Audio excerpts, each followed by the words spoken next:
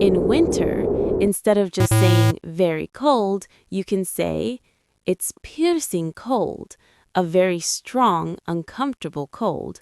Or you can say it's crisp, cold but fresh and pleasant. You can also say there's a blizzard, a strong snowstorm. In spring, the weather is often mild, not too hot, not too cold. Breezy, light wind, and for light rain, it's drizzling.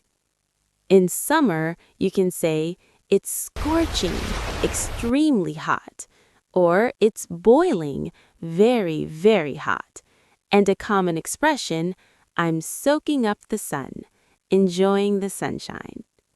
In autumn, there are strong gales, powerful winds. It's misty or foggy. Now let's talk about extreme weather and natural disasters. These are important words you often hear in the news. Hurricane or typhoon, a very strong storm with heavy rain and wind.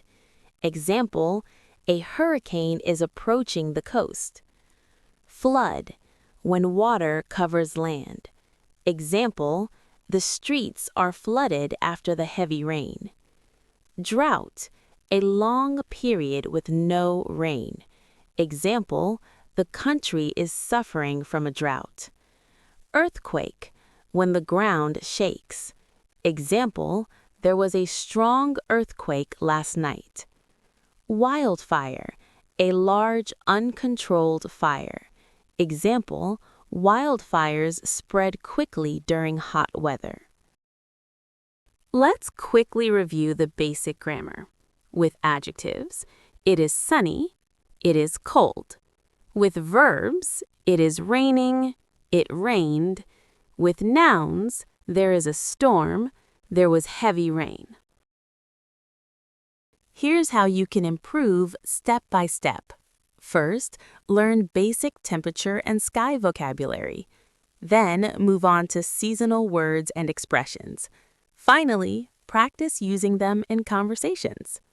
Now tell me in the comments, what's the weather like in your country today? And what's your English level?